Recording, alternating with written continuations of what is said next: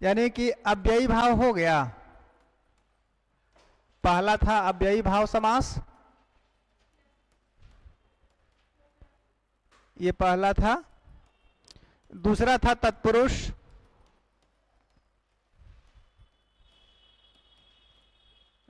और तीसरा था कर्मधारय समास। चौथा द्वंद्व समास। पांचवा द्विगु, और छठा बहुब्रीहि।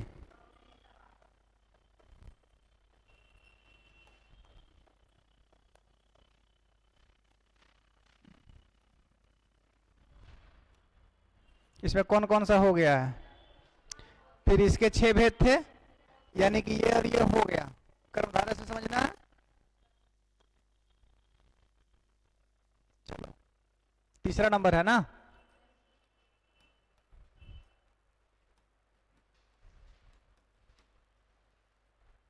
कर्मधारय समास। इसमें थोड़ा सा समझिए कि हिंदी में एक अलंकार होती है जिसका नाम है उपमा। अलंकार पढ़े हैं? नहीं पढ़ा है अभी ना। तो एक उपमा अलंकार होती है। उपमा अलंकार के 2 अंग होते हैं। अब यहाँ उपमा अलंकार की बात क्यों की गई? इसलिए कि इसको समझने के लिए जब तक ये समझ में नहीं आएगी, ये समझ में बिल्कुल नहीं आएगी। उपमा का 2 अंग होता है, एक होता है उपमेय और एक होता है उपमान। उपमा का मतलब होता है तुलना करना। एक वस्तु का दूसरे किसी प्रसिद्ध वस्तु से तुलना करना उपमा कहलाता है। जैसे कि हम लिख दिए चंद्रमुखी, चंद्रमुखी, अर्थात मुख की तुलना किससे किए हम? चंद्रमा से तुलना कर दिए कि मुख कैसा है तो चंद्रमा के समान है। ठीक है, तो यहाँ उपमेय और उपमान का संबंध होता है। देखिए, जिसकी तुलना की जाती है वो हमेशा उपमेय होता है। वो हमेशा क्या होता है? उपमेय। और जिससे की जाती है अर्थात चंद्रमा, ये क्या हो जाएगी? उपमान। हिंदी में इसी को एक अन्य नाम दिया जाता है कि जिसकी हम तुलना करते हैं उसको बोलते हैं विशेष्य। इसको विशेष्य कहा जाता है। और जिससे की जाती है उसको बोलते हैं विशेषण। अर्थात उपमान और विशेषण एक ही होता है और उपमेय और विशेष्य एक ही होता है। समझ गए? या इसकी परिभाषा भी लिखा दें स्पष्ट रूप से दोनों की, तो समझेंगे। बुझाया या नहीं बताइए जल्दी। बुझाया ना? चलो देखो, पहले समझो उपमेय क्या होता है। उपमेय, इसको समझ लो। कर्मधारय में ही पढ़ना है। कर्मधारय के ये 2 अंग होते हैं, उपमेय और उपमान। देखिए, जिसकी तुलना की जाए, जिसकी तुलना की जाए उसे उपमेय कहते हैं। उसे उपमेय कहते हैं। ठीक है, अगर याद नहीं रहेगा तो एक ट्रिक लिख लीजिए। मानव, मानव मतलब मनुष्य। ठीक है, या फिर इसको बोल सकते हैं मानव अंग, मानव अंग, मानव कार्य, मानव कार्य आदि। मतलब अगर किसी मनुष्य की बात की जाए, किसी मनुष्य के अंग की बात की जाए अर्थात बॉडी पार्ट्स की, या मनुष्य द्वारा कोई भी काम किया जा रहा है उसकी बात कही जाए, तो ये हमेशा क्या होगी? उपमेय होगी। और दूसरा होता है इसका अंग उपमान। उपमान ये क्या होती है? जिससे तुलना की जाए, जिससे तुलना की जाए उसे उसे उपमान कहते हैं। उसे उपमान कहते हैं। जैसे इसमें समझ सकते हैं ट्रिक के माध्यम से, प्रकृति। अब प्रकृति में बहुत चीजें आती है, जैसे हम लोग बोल सकते हैं पेड़, ठीक है, सूर्य, चंद्र, तारे आकाश, फूल आदि। अगर ये सभी कुछ भी रहे तो ये हमेशा क्या होती है? उपमान कहलाती है। समझ गए? इसी का दूसरा नाम क्या था? यहीं पे लिख देते हैं। उपमेय को हम लोग बोलते हैं विशेष्य, ठीक है, और उपमान को हम लोग बोलते हैं विशेषण। विशेष्य और विशेषण उदाहरण से और स्पष्ट हो जाएगा, इतना पहले लिख लीजिए।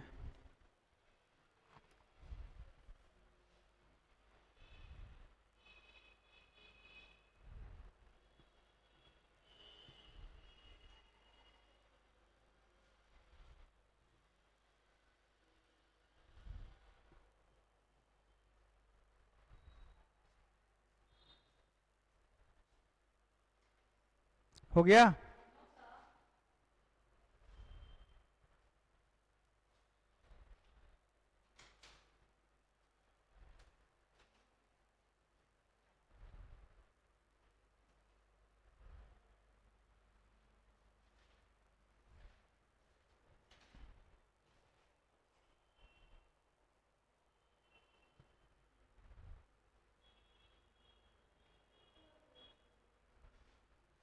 लिख ली?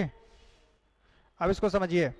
देखिए, उपमेय का मतलब होता है, अगर ये परिभाषा याद नहीं रही तो समझिए, अगर कोई मनुष्य आ गया, ठीक है, या मनुष्य के शरीर का कोई भी अंग आ जाता है, या मनुष्य द्वारा किया गया कोई भी कार्य आ जाता है, वो सभी उपमेय कहलाते हैं। और ये हमेशा कम प्रसिद्ध होता है। कैसा होता है? कम प्रसिद्ध होगा। और ये हमेशा ज्यादा प्रसिद्ध होता है। ये हमेशा ज्यादा प्रसिद्ध।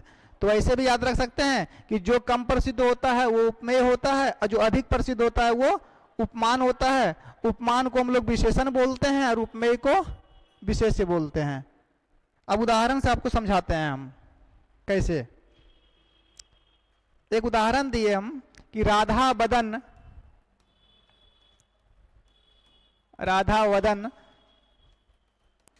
चंद्र सो सुंदर, चंद्र सो सुंदर। अब बताइए हम किसकी तुलना किससे कर रहे हैं? राधा बदन अर्थात राधा का मुख की तुलना किससे कर रहे हैं? चंद्रमा ज्यादा प्रसिद्ध है कि राधा ज्यादा प्रसिद्ध है? चंद्रमा। तो चंद्रमा क्या हो जाएगी?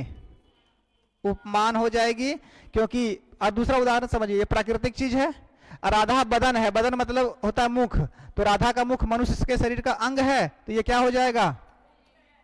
उपमेय। उपमेय का दूसरा नाम क्या होता है? विशेष्य। और उपमान का दूसरा नाम क्या होता है? विशेषण। स्पष्ट है? एक उदाहरण और देख लीजिए। अगर हम बोले महात्मा, छोटा उदाहरण, महात्मा विग्रह कर देंगे तो क्या हो जाएगा? महान है जो आत्मा। अब बताइए आत्मा कैसी है? महान है। आत्मा मनुष्य के शरीर में रहती है ना, तो ये क्या हो जाएगा? उपमेय हो जाएगा। महानता एक गुण है, तो ये क्या हो जाएगा? उपमान हो जाएगा। स्पष्ट है? या और उदाहरण दें?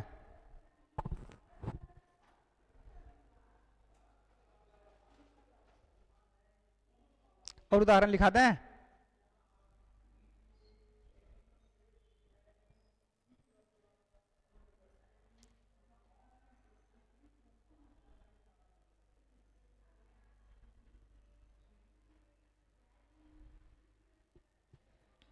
हो गया लिखा हुआ? देखो एक उदाहरण और लिख लो। पीपर पात, क्या? अच्छा लिख लेना। पीपर पात शरिस मन डोला। अब यहां देखिए, पीपर पात, पीपर का पात का मतलब होता है पीपल का पत्ता, ठीक है, और मन डोला, सरिस मतलब समान। तो मन क्या हो जाएगा? उपमेय या उपमान? उपमेय हो जाएगा, ठीक है, कि मनुष्य के अंग की है ये। पीपल का पत्ता प्राकृतिक चीज है ना, पेड़ है ना ये, तो ये क्या हो जाएगा? उपमान। आप समझ गए? सर इसका मतलब होता है समान। इसको हम लोग वाचक शब्द बोलते हैं, जब अलंकार पढ़ाएंगे तो वहां इसको बताएंगे। मन डोला, तो ये इसको बोलते हैं साधारण धर्म। मन जो है वो पीपल के पत्ते के समान डोल रहा है। ऐसे पूछती, लगता है संस्कृत में लिख दिए हैं क्या हम।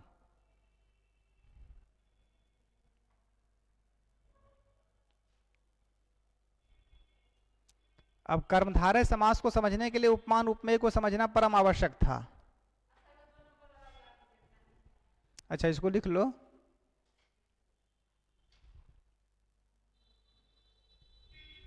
या और उदाहरण चाहिए? हो गया यहां तक? कौन सा छूटा था, ये वाला?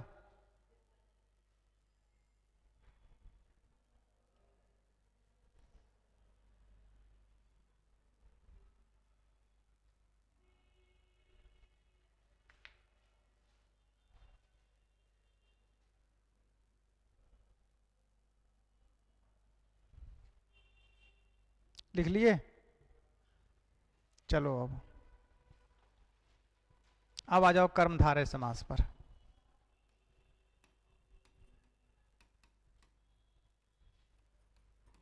अब इसकी परिभाषा लिखिए।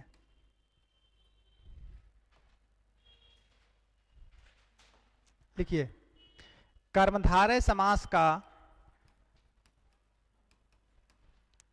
कर्मधारय समास का एक पद उपमान तथा दूसरा पद उपमेय होता है। किसको? इसका दोनों पद प्रधान होता है। कर्मधारय समास का एक पद उपमान तथा दूसरा पद उपमेय होता है। दूसरा इसका अंग लिखो। इस समास में, इस समास में दोनों पद प्रधान होते हैं। इस समास में दोनों पद प्रधान होते हैं।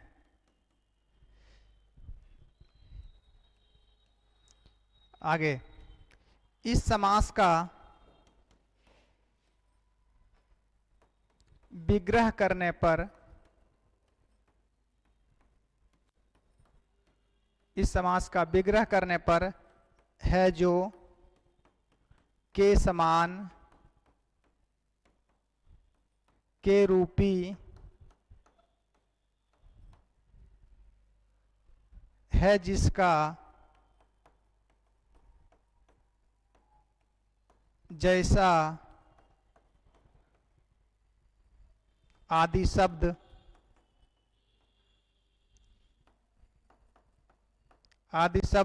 सामने आता है।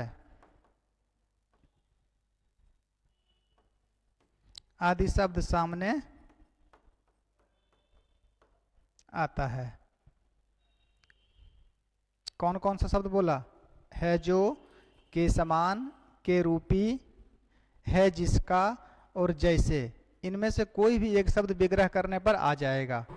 बस याद रखना है कि इस समास का दोनों पद प्रधान होता है और दोनों पदों के बीच में एक पद अगर उपमान है तो दूसरा पद उपमेय होगा, अर्थात अगर एक विशेषण है तो दूसरा पद विशेष्य होता है।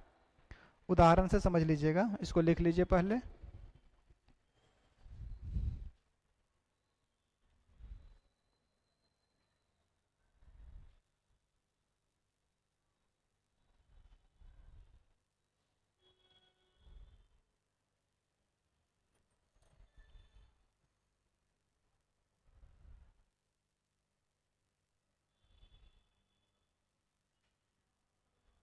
हो गया? चलिए, एक तरफ लिखिए समस्त पद और एक तरफ विग्रह या समासिक पद।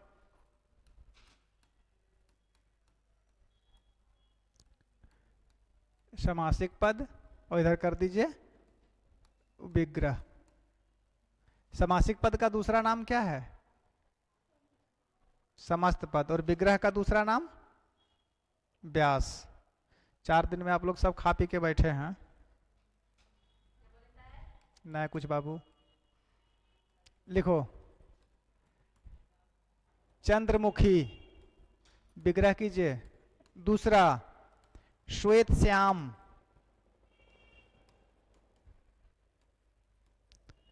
तीसरा दुर्वचन।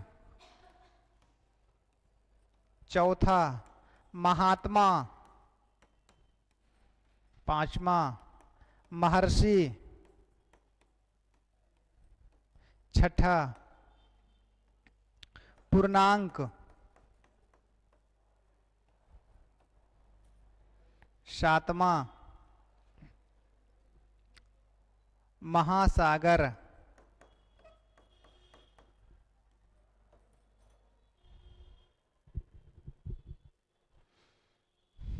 इतना का विग्रह कर लीजिए, फिर उदाहरण देते हैं आगे।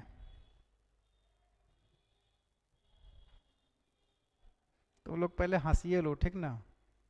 पढ़ाई लिखाई तो 0/सन्नाटा है तुम लोग का। ना ना, कहाँ से आ रही है और क्या कर रही है उससे बहस नहीं है। पढ़ाई कितना कर रही है ये जरूरी है जीवन में। हाँ ठीक है, वो तो रिजल्ट बताता है ना।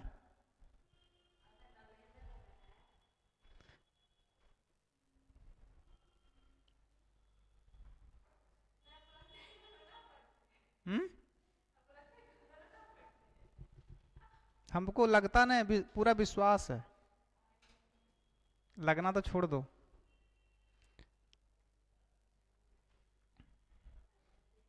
चलिए, अगर चंद्रमुखी शब्द को देखें तो चंद्रमुखी शब्द में बताइए कि उपमेय कौन है और उपमान कौन है?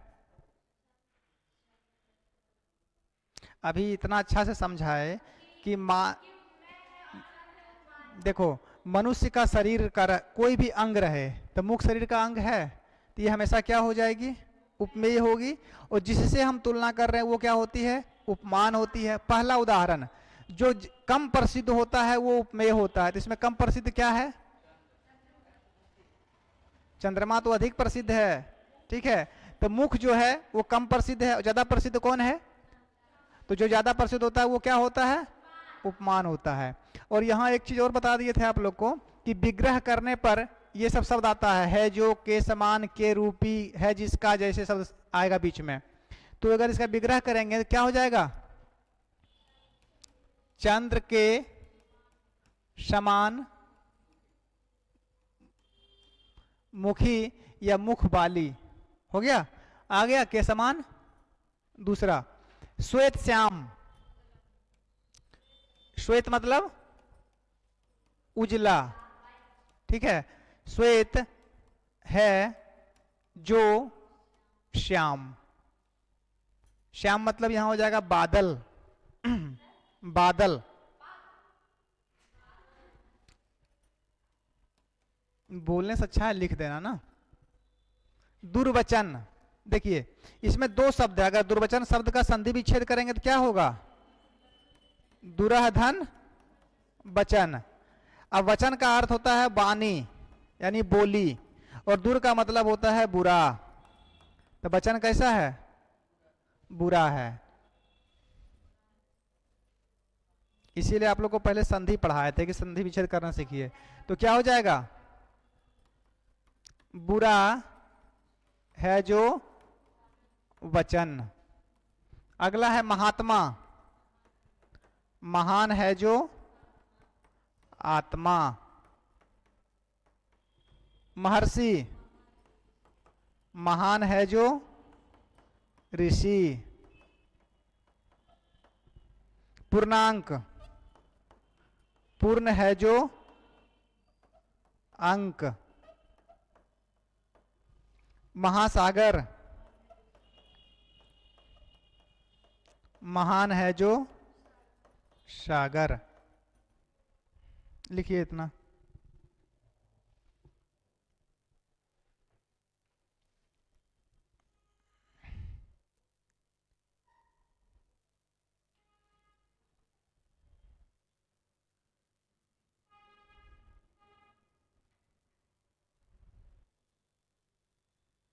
हो गया?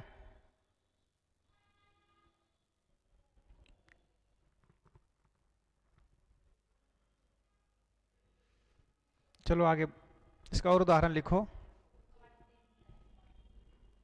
3 नहीं, अब ये लिखो पहले, महत्वपूर्ण है ये। 8वां, सज्जन,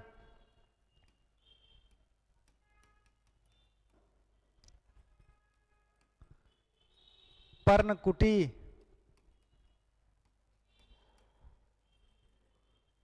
दसवां लिखो, सज्जन, पर्णकुटी, एक शब्द ये होता है बदबू। 11,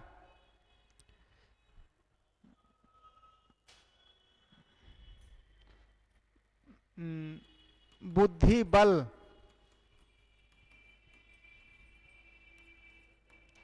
12, काली मिर्च। बनाते भी चलना है, ठीक है? उतना हम बना दिए थे, अब आप लोग को खुद बनाना है। क्रोधाग्नि।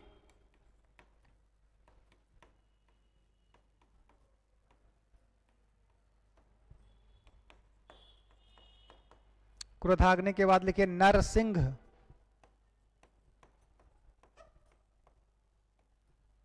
और एक और लिख लीजिए नरसिंह के बाद विद्याधन।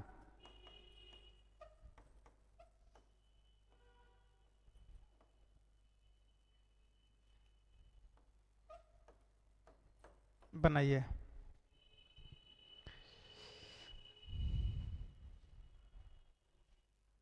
काफी एग्जाम्पल हो गया या और लिखा दें? सज्जन का संधि विच्छेद क्या होता है?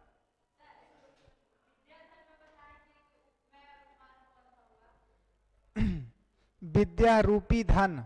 विद्या मनुष्य के पास और धन भी होती है, लेकिन विद्या एक प्रकार की धन है। ज्ञानी व्यक्ति के लिए विद्या ही उसका धन है ना। विद्या की तुलना हम धन से कर रहे हैं, तो जिसकी तुलना की जाए उसे क्या कहते हैं? उपमेय कहते हैं। नहीं नहीं, तुलना किसे कर रहे हैं? परिभाषा लिखा दिए हैं फिर भी पूछती है। चलो, सज्जन का संधि क्या होगा? विग्रह। नहीं हुआ अभी तक?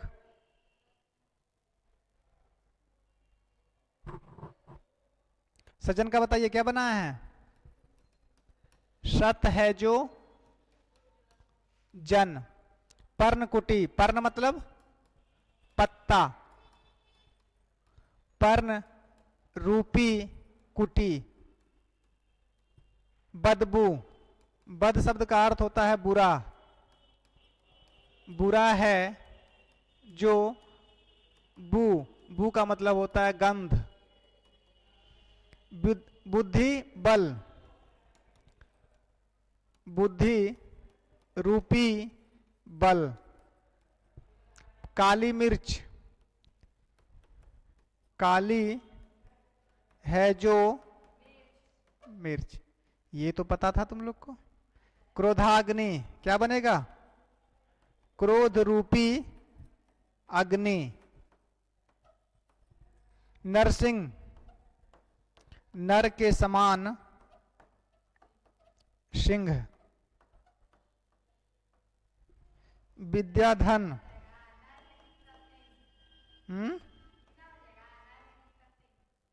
नर है जिसका सिंह, मतलब मनुष्य को सिंह होता है क्या? विद्या के समान धन।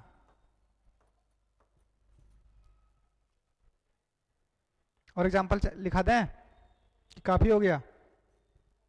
देख रहे हैं सब में कौन सा शब्द कॉमन आ रहा है? के समान, रूपी है जो रूपी है।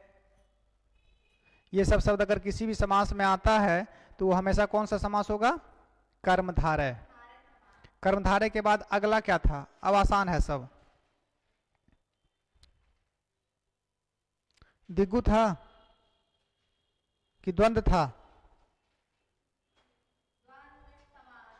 चलिए ठीक है, द्वंद्व समास लिखिए। लिख लिए ये?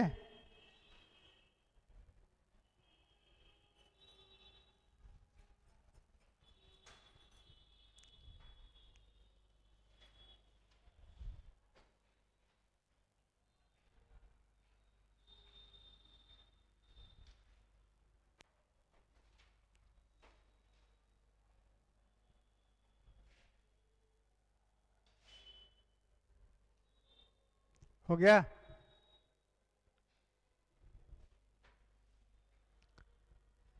चौथा नंबर है द्वंद्व।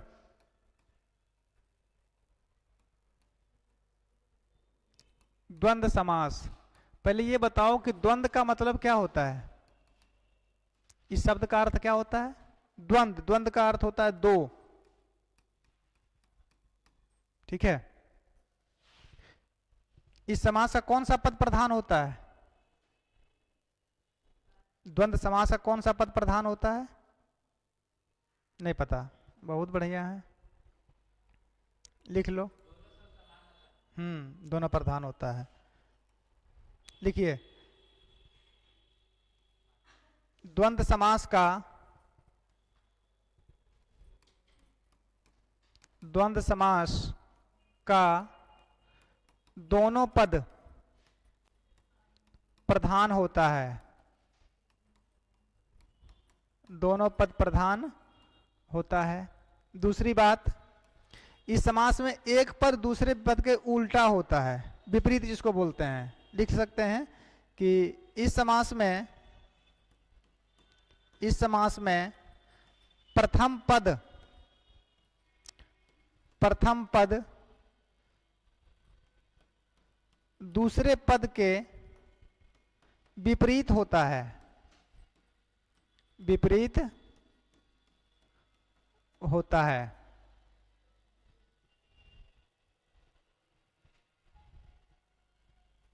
तीसरा बात, इस समास का विग्रह करने पर और एवं या तथा अथवा आदि शब्द आते हैं। कौन कौन से शब्द? और, एवं, या, तथा, अथवा। इनमें से कोई भी एक शब्द लगा दीजिएगा तो गलत नहीं होगा, कोई भी रहता है। इसमें सबसे बड़ी बात यह है कि इसका एक पद दूसरे पद का उल्टा होता है। जैसे स्त्री का पुरुष, ठीक है, राधा का कृष्ण, शिव का दिन का, और रात का, ठीक है, अमीर का, उपकार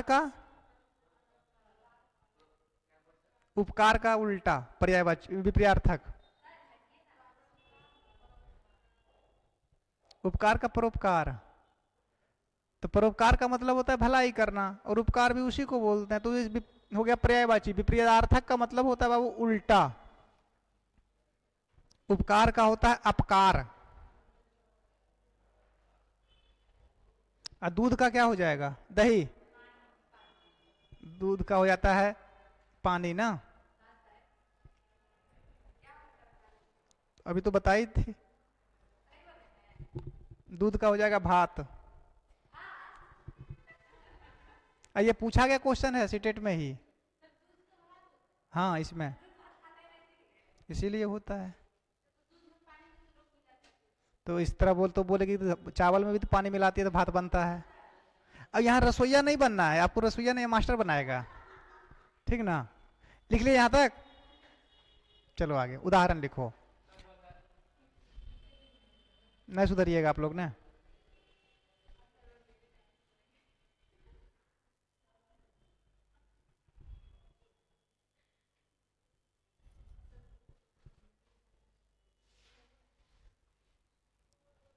देखिए, कभी कभी एग्जाम में क्या होता है ना, दोनों के बीच में योजक चिन्ह दे देगा।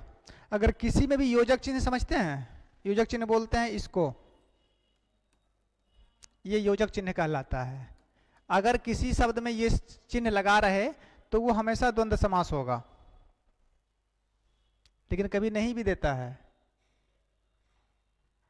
हो गया? लिखो इधर द्वंद्व, इधर समस्त पद और एक तरफ विग्रह। चलो, पहला माता पिता,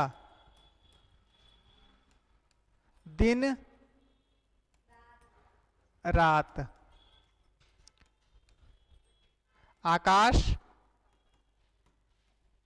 पताल या पाताल, पताल या पाताल, पाताल होता है। ठीक है। राधा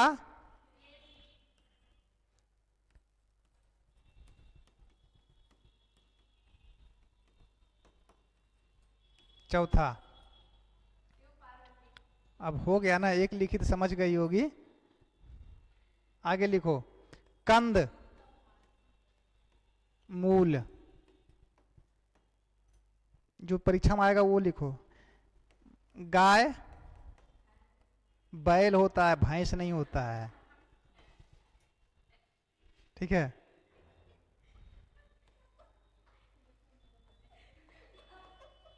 एक 30, एक का उल्टा 30। एक उदाहरण और लिख लो, खान पान।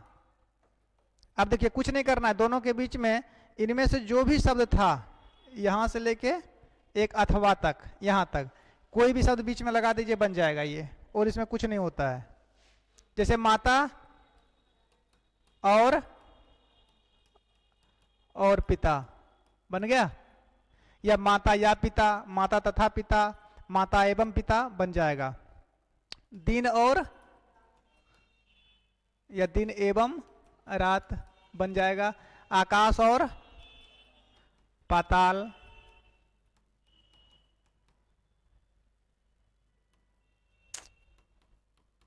पाताल। राधा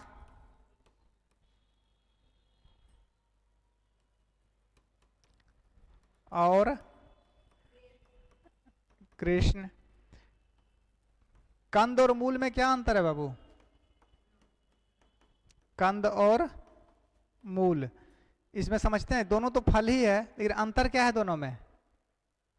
कंद और मूल में कुछ फल होते हैं ऐसे, जैसे गाजर है, जो धरती के नीचे बैठता है ना, मतलब धरती में फलता है, उसको बोलते हैं कंद, और जो ऊपर फूलता है उसको बोलते हैं मूल। ठीक है। जैसे कि सेब है, तो सेब मूल में आएगा, और गाजर कहाँ जाएगा? कंद में। गाय और बकरी,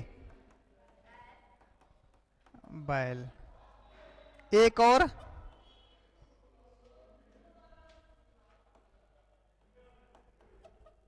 एक और 30। खान और पान, या खान एवं पान। समझ गए? या और उदाहरण लिखा दें? हाँ, उनमें से कोई भी शब्द, और एवं या तथा अथवा में से कोई भी शब्द बीच में लगा सकते हैं।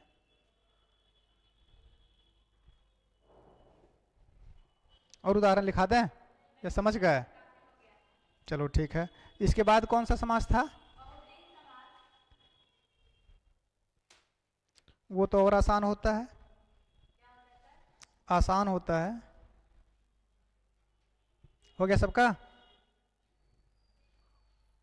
द्विगु, 5वां नंबर, द्विगु समास। ये संख्यावाची होता है। लिख सकते हैं कि द्विगु समास, द्विगु समास का प्रथम पद संख्यावाची होता है।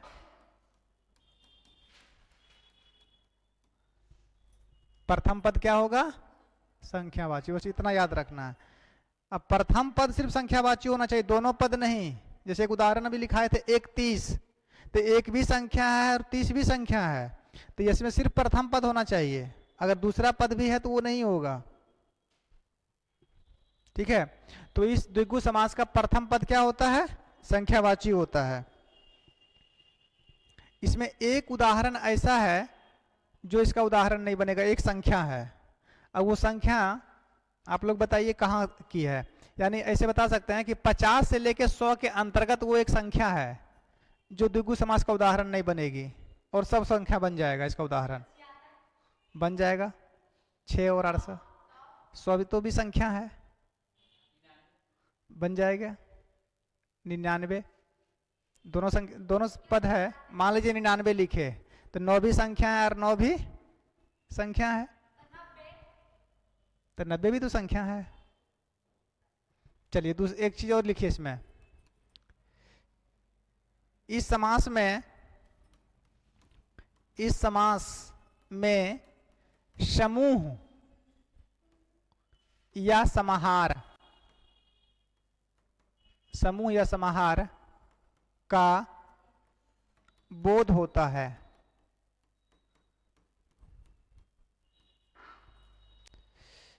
इस समास में समूह या समाहार का बोध होता है, मतलब विग्रह करने पर सबके अंत में ये लगा देना है दोनों में से एक। अब देखिए इधर हम लिखे समासिक समस्त पद, इधर कर दिए विग्रह। उदाहरण समझिए, जैसे एक उदाहरण ले लिए,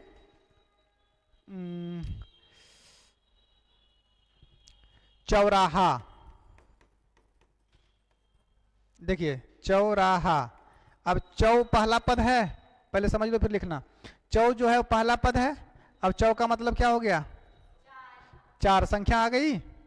अब राहा का मतलब राह, तो मतलब पहला पद हमेशा कैसा होना चाहिए? संख्यावाची। विग्रह क्या हो जाएगा?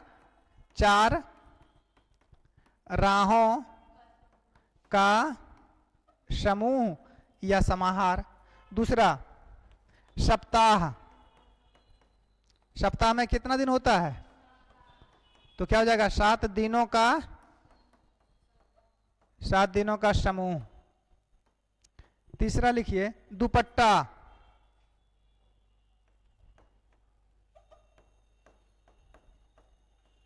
क्या हो जाएगा? 2 पट्टों का समूह। पट्टों मतलब किनारा। 2 पट्टों का समूह। अब देखिए सब में संख्या है, चौराहा में 4, सप्ताह में 7, दुपट्टा में 2, पहला पद सबका क्या है? संख्यावाची हो गया। और उदाहरण देते हैं, इतना लिख लीजिए।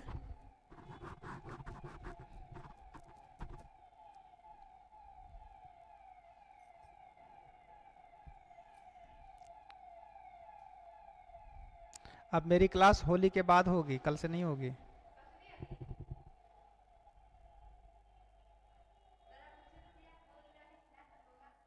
हम थोड़ी बोले थे, प्रिंस बोला होगा, प्रिंस बोला होगा। इसलिए बोल दिया कि नहीं आएंगे तो फिर क्लास बंद हो जाएगी, है समझ में?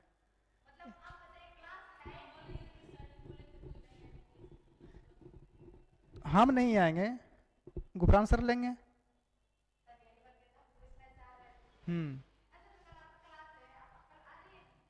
हाँ ना देवी जी, ठीक है।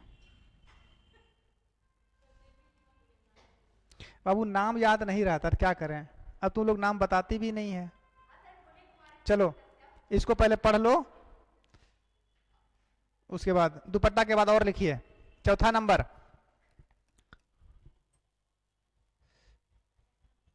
लिख शताब्दी। शताब्दी के बाद आगे लिखिए त्रिभुवन। त्रिभुज, पंचवटी,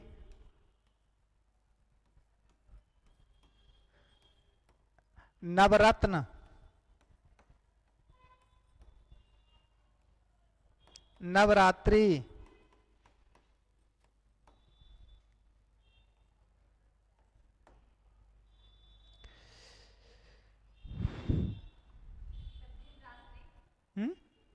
दिन रात, तो पहला पद संख्यावाची नहीं होगा ना। तो तुम लोग बताओ, नहीं बनेगा तब तुम लास्ट में बता ही देंगे। एक ही है दुनिया का, वो अपवाद है। लिखिए अष्टाध्यायी।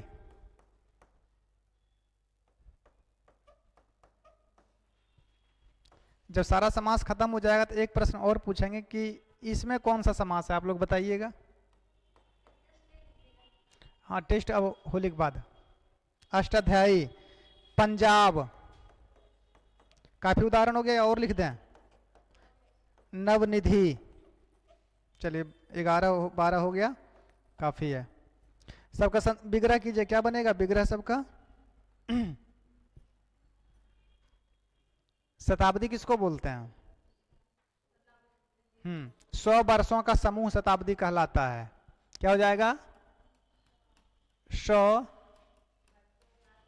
वर्षों का समूह। त्रिभुवन, त्रि मतलब 3, 3 भुवनों का समूह या समाहार। त्रिभुज, 3 भुजाओं का समूह। पंचवटी, क्या पांचवटी? बट मतलब क्या होता है? ये शब्द जो है बट, बट मतलब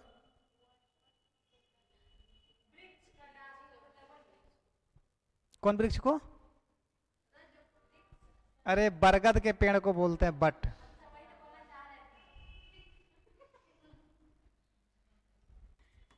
है तुम लोग भी एक पीस। चलो, तो 5 बटों का समूह। नवरत्न, नव मतलब 9, रत्नों का समूह। नवरात्रि अर्थात 9 रातों का समूह। अष्टाध्यायी, 8 अध्यायों का समूह। पंजाब, 5 आओ मतलब क्या होता है बाबू? आओ का अर्थ क्या होता है?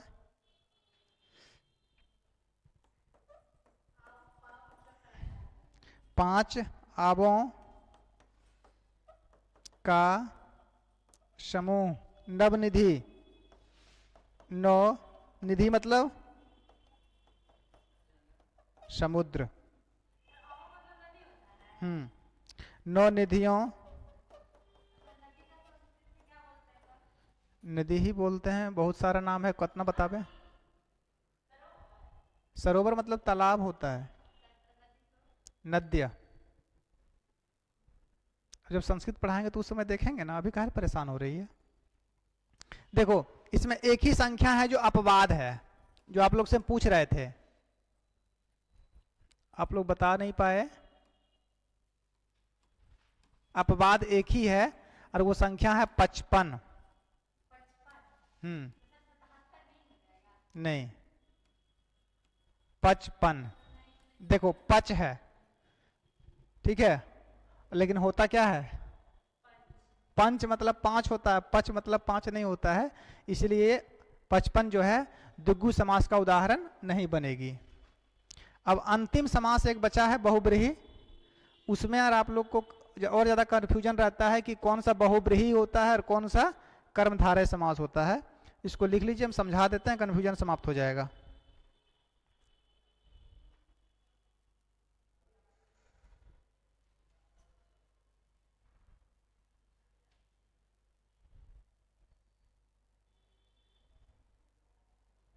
हो गया?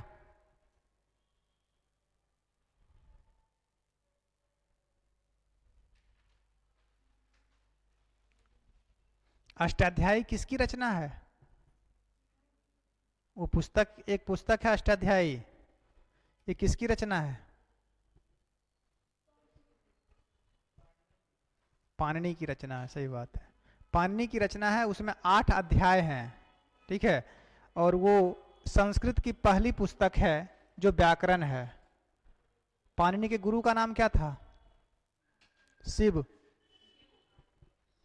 उन्होंने अपने डमरू को 14 बार बजाया था, ठीक है, उसी 14 से 14 वर्ण निकले थे जो इसमें है, और वही हल और व्यंजन में विभक्त हो जाती है, जिसका नाम माहेश्वर सूत्र है। एक समास और बचा है, उसको देख लीजिए। एक है आप लोग का अंतिम बहुब्रीहि समास, ये अंतिम ही है, इसको समझिए। देखिए, बहुब्रीहि समास का मतलब होता है कि इसमें दोनों में से कोई भी पद प्रधान नहीं होगा। पहली बात यह है कि इसमें से दोनों में से कोई भी पद प्रधान नहीं होगा, एक बात। दूसरी बात है कि संसार में जो भी वस्तु एक है वो हमेशा बहुब्रीहि समास होती है। किसी भी देवी देवता का पर्यायवाची शब्द आ जाए वो हमेशा बहुब्रीहि समास होगी, ठीक है। ये सब लिखा दें, लिखिए। इस समास का कोई भी पद प्रधान नहीं होता है, प्रधान नहीं होता है, बल्कि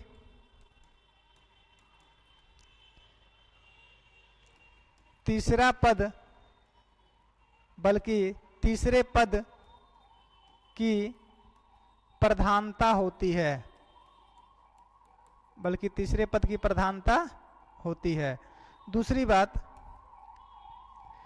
सभी देवी देवताओं के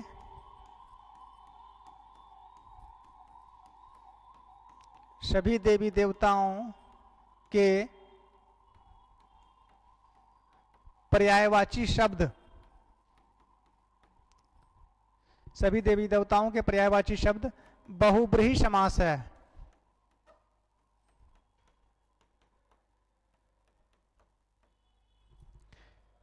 तीसरी बात, सभी देवी देवताओं के पर्यायवाची शब्द क्या होते हैं? बहुब्रीहि समास होते हैं। एक बात और कि जो वस्तु दुनिया में एक है वो भी इसी का उदाहरण होता है। लिखिए एक नियम और, सभी योगरूढ़ शब्द बहुब्रीहि समास होते हैं। सभी योगरूढ़ शब्द बहुब्रीहि समास होते हैं। योगरूढ़ शब्द का मतलब होता है ऐसा शब्द जो अपना साधारण अर्थ को छोड़कर विशेष अर्थ ग्रहण करता है, वो क्या कहलाएगा?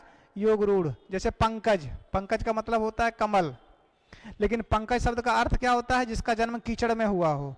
तो ऐसा तो नहीं कीचड़ में सिर्फ कमल ही खिलते हैं, लेकिन उसका एक निश्चित अर्थ होता है, तो वो योगरूढ़ शब्द कहलाता है।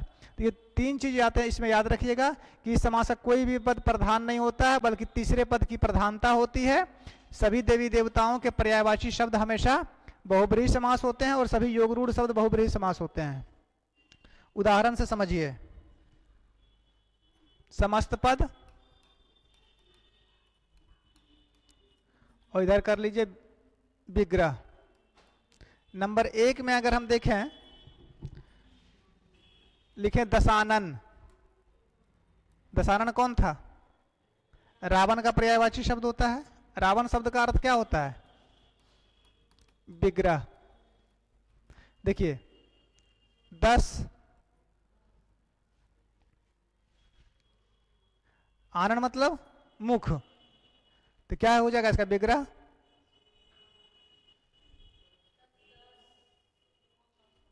10 मुंह वाला या 10 सिर वाला, या 10 क्या हो?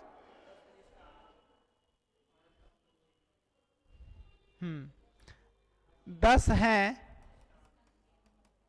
जिसके आनन, आनन मतलब मुख। अब देखिए 10 हैं जिसके आनन, लेकिन वो बस व्यक्ति एक है, क्या नाम है उसका? रावण। तीसरा पद निकल गया। दूसरा शब्द अगर देखें, जो चंद्रशेखर, चंद्रशेखर किसका नाम है? शिव का। चंद्र है या चंद्र हैं, शेखर, शेखर मतलब माथा, चंद्र हैं शेखर पर जिसके अर्थात शिव। बिना पानी,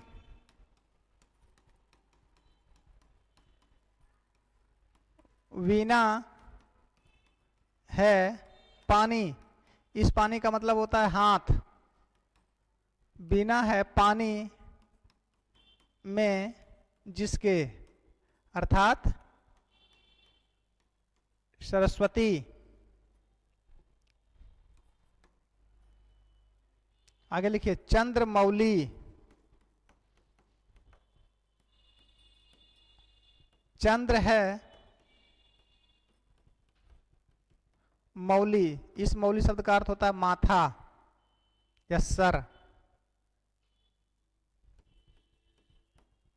सिर पर जिसके, किसके माथे पर चंद्रमौली है? शिव। तो ये सब एक है या दो चार ठो है दुनिया में? एक है ना। तो जो एक होता है या जिसका तीसरा पद प्रधान होता है वो हमेशा बहुब्रीहि समास होता है। पीतांबर,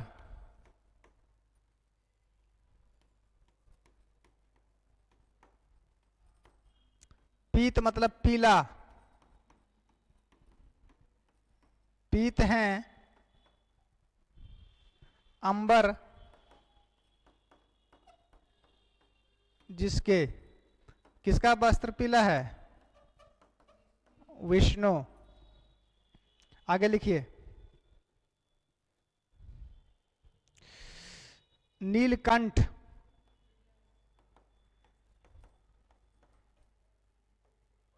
नीलकंठ, किसका कंठ नीला है? नीला है कंठ जिसके अर्थात शिव। और उदाहरण लिखा दें, समझ गए? तो एक ठो और लिख लो।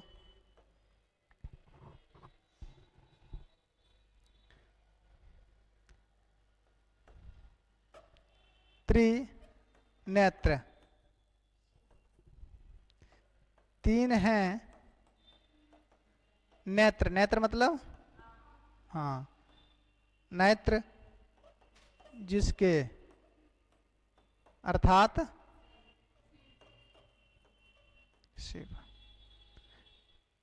कोई दिक्कत यहां तक? तो अब कल पढ़ना, मतलब नेक्स्ट क्लास में।